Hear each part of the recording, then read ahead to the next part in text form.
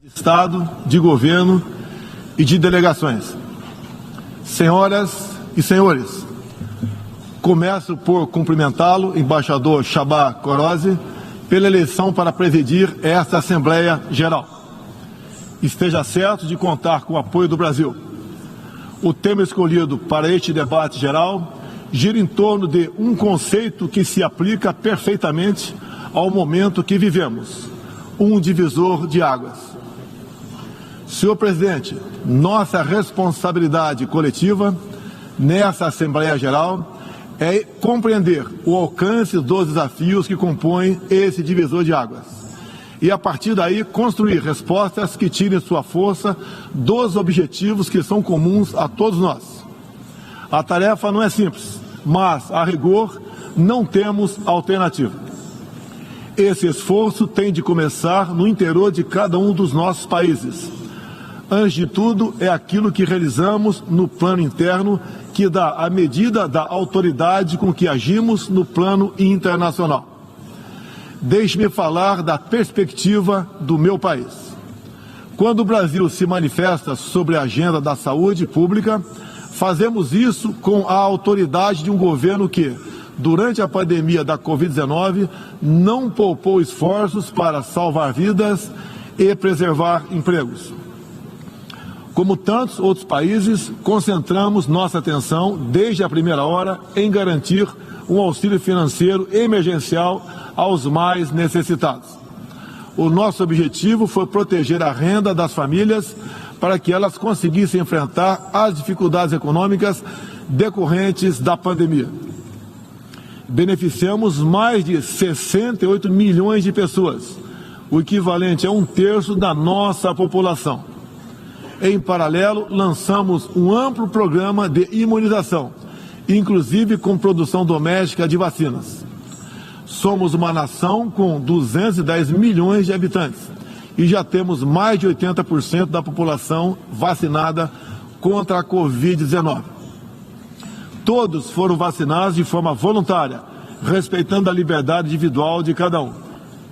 Da mesma forma, no terreno da economia, o Brasil traz a autoridade de um país que, em nome de um crescimento sustentável e inclusivo, vem implementando reformas para a atração de investimentos e melhorias das condições de vida de sua população. No meu governo, extirpamos a corrupção sistêmica que existia no país. Somente entre o período de 2003 e 2015, onde a esquerda presidiu o Brasil, o endividamento da Petrobras, por má gestão, loteamento político e em desvios, chegou à casa dos 170 bilhões de dólares. O responsável por isso foi condenado em 3 instâncias, por unanimidade. Delatores devolveram $1 bilhão e pagamos para a Bolsa Americana outro $1 bilhão por perdas de seus acionistas. Esse é o Brasil do passado. Aprimoramos os serviços públicos com redução de custos e investimentos em ciência e tecnologia. Hoje, por exemplo, o Brasil é o 7º país mais digitalizado do mundo. São 135 milhões de pessoas que acessam 4.900 serviços do meu governo. O Brasil foi pioneiro na implantação do 5G na América Latina. Levamos adiante uma abrangente pauta de privatizações e concessões, com ênfase na infraestrutura.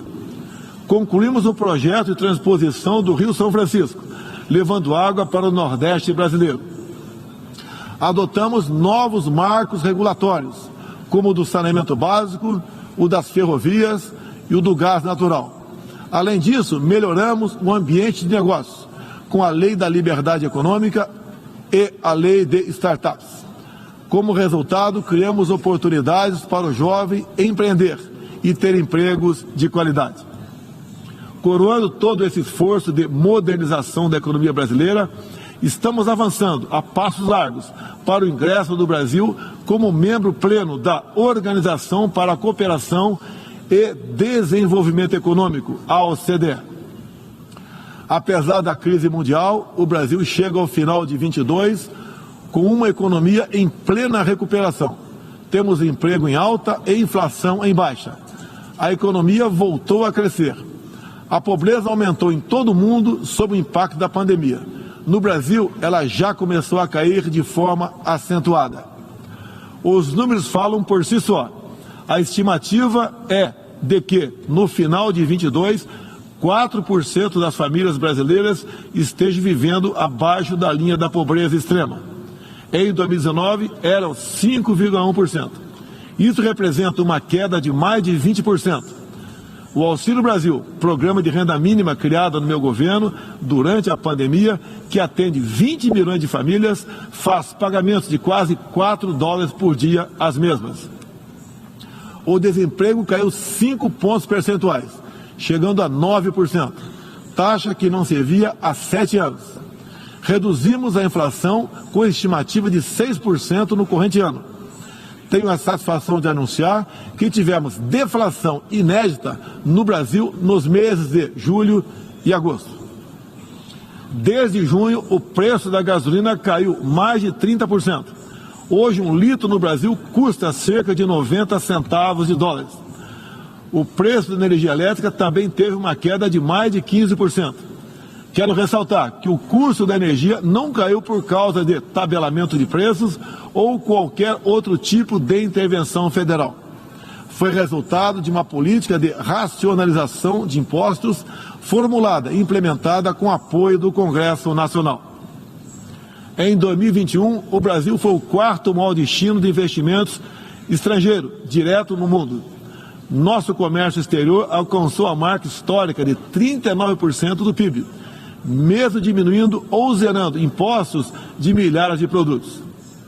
No plano interno, também estamos batendo recordes em 3 áreas: arrecadação fiscal, lucro das empresas estatais e relação entre dívida pública e PIB. Aliás, em 21, tivemos superávit no resultado consolidado de contas públicas. O PIB brasileiro aumentou 1,2% no segundo semestre. A projeção de crescimento para 22 chega a 3%. Temos a tranquilidade de quem está no bom caminho, o caminho de uma prosperidade compartilhada. Compartilhada entre os brasileiros e, mais além, compartilhada com nossos vizinhos e outros parceiros mundo afora. É isso que vemos, por exemplo, na produção de alimentos. Há 4 décadas, o Brasil importava alimentos.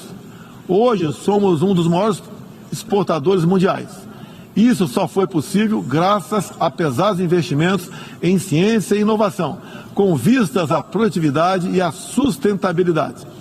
Faço aqui um tributo à pessoa de Alisson Paulinelli, candidato brasileiro ao Prêmio Nobel da Paz, por seu papel na expansão da fronteira agrícola brasileira com o uso de novas tecnologias. Este ano, o Brasil já começou a colheita da maior safra de grãos da nossa história. Estima-se pelo menos 270 milhões de toneladas. O Brasil também, em poucos anos, passará de importador a exportador de trigo. Para o período de 22-23, a previsão é que a produção total ultrapasse os 300 milhões de toneladas. Como afirmou a diretora-geral da Organização Mundial do Comércio, em recente visita que nos fez, se não fosse o agronegócio brasileiro, o planeta passaria fome, pois alimentamos mais de 1 bilhão de pessoas ao redor do mundo. O nosso agronegócio é orgulho nacional. Senhor presidente, quero lembrar que, também na área do desenvolvimento sustentável, o patrimônio de realizações do Brasil é fonte de credibilidade para a ação internacional do nosso país. Em matéria de meio ambiente e desenvolvimento sustentável, o Brasil é parte da solução e referência para o mundo. 2/3 de todo o território brasileiro permanece com vegetação nativa, que se encontra exatamente como estava quando o Brasil foi descoberto em 1500. Na Amazônia brasileira, área equivalente à Europa Ocidental, mais de 80% da floresta continua intocada, ao contrário do que é divulgado pela grande mídia nacional e internacional. É fundamental que, ao cuidarmos do meio ambiente, não esqueçamos das pessoas. A região amazônica abriga mais de 20 milhões de habitantes, entre eles indígenas e ribeirinhos, cuja subsistência depende de algum aproveitamento econômico da floresta. Levamos internet a mais de 11 mil escolas rurais e a mais de 500 comunidades indígenas. O Brasil começou sua transição energética há quase meio século, em reação às crises do petróleo daquela época. Hoje temos uma indústria de biocombustíveis moderna e sustentável. Indústria que contribui para a matriz energética mais limpa entre os países do G20. Cerca de 84% da nossa matriz elétrica atualmente é renovável. E esse é o objetivo que muitos países desenvolvidos esperam alcançar somente depois de 2040 ou 2050. No ano passado, o Brasil foi escolhido pelas Nações Unidas como país campeão da transição energética. Temos capacidade para ser um grande exportador mundial de energia limpa. Contamos com um excedente já em construção, que pode chegar a mais de 100 gigawatts, entre biomassa, eólica, terrestre e solar, além da oportunidade ainda não explorada de eólicas marítimas de 700 gigawatts, com um dos menores custos de produção do mundo. Essas fontes produzirão hidrogênio verde para exportação. Parte dessa energia 100% limpa abre a possibilidade de sermos fornecedores de produtos industriais altamente competitivos, especialmente no Nordeste brasileiro, com uma das menores pegadas de carbono do mundo. A agenda do desenvolvimento sustentável é afetada de várias maneiras pelas ameaças à paz e à segurança internacional. Erguemos as Nações Unidas em meio aos escombros da Segunda Guerra Mundial. O que nos motivava naquele momento era a determinação de evitar que se repetisse o ciclo de destruição que marcou a primeira metade do século XX. Até certo ponto, podemos dizer que fomos bem-sucedidos.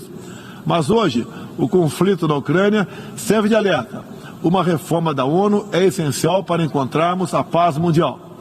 No caso específico do Conselho de Segurança, após 25 anos de debates, está claro que precisamos buscar soluções inovadoras. O Brasil fala desse assunto com base em uma experiência que remonta aos primórdios da ONU.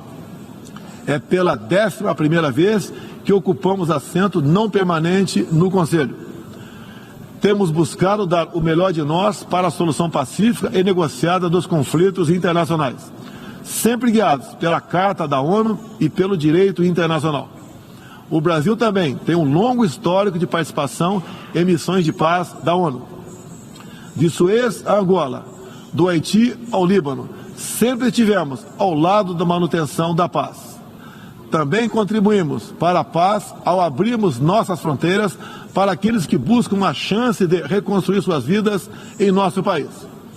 Desde 2018, mais de 6 milhões de irmãos venezuelanos foram obrigados a deixar seu país. Muitos deles vieram para o Brasil.